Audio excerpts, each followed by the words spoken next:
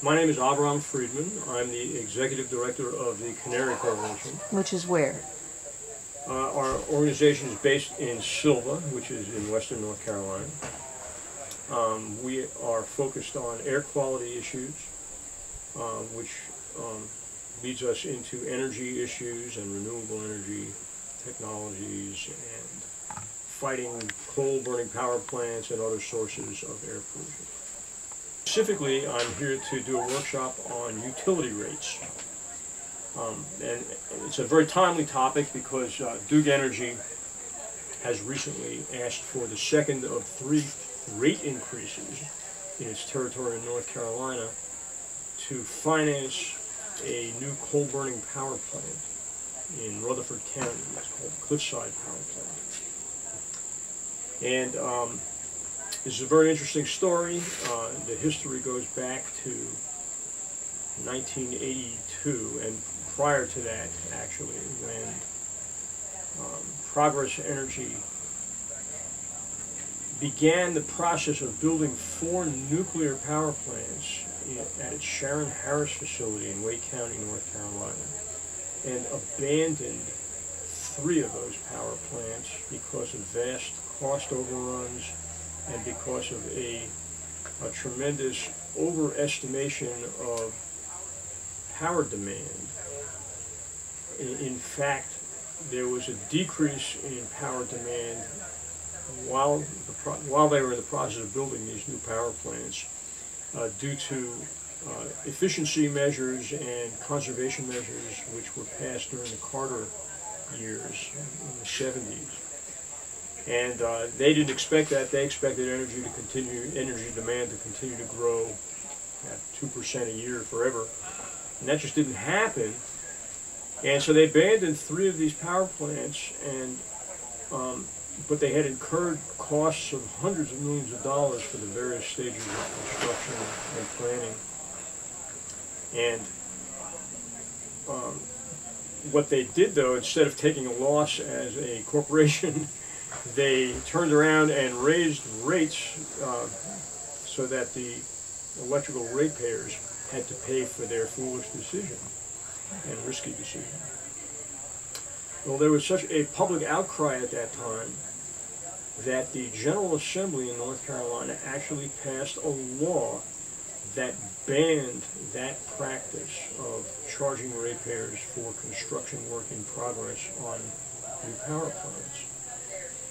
Henceforth, they didn't prevent Progress Energy from doing that this time, but they said from now on, if you build a new power plant, you take the risks, your shareholders take the risks, not the ratepayers. Was that in North Carolina? In North Carolina, yes.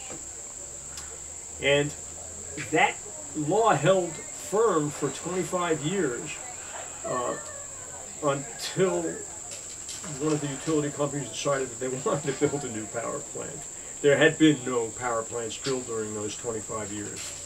And the law remained the same until 2007, when Duke and Progress Energy both planned to build new power plants. Progress Energy wanted to,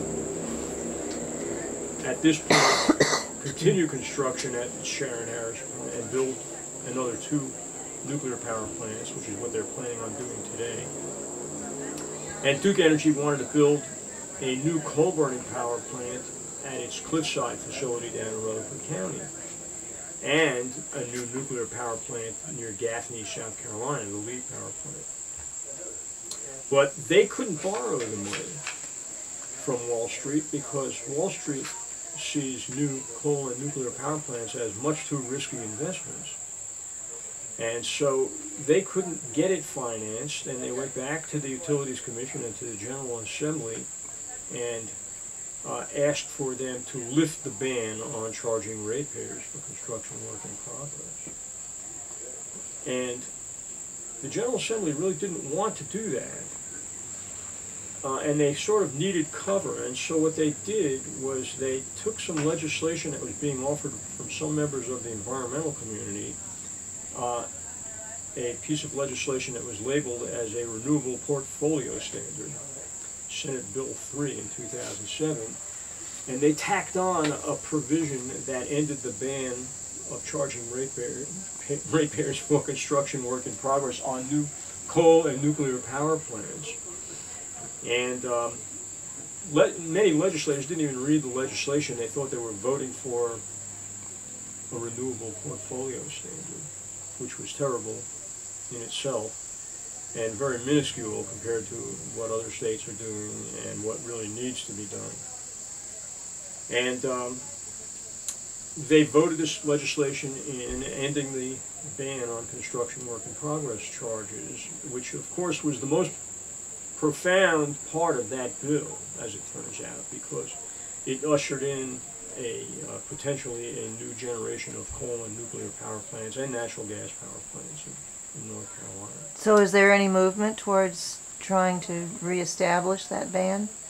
Any kind of political movement in that direction? Well, we are certainly have been asking to do that, but the momentum was so strong because it was attached to the renewable portfolio standard, which is something that many legislators tout as a model for other states,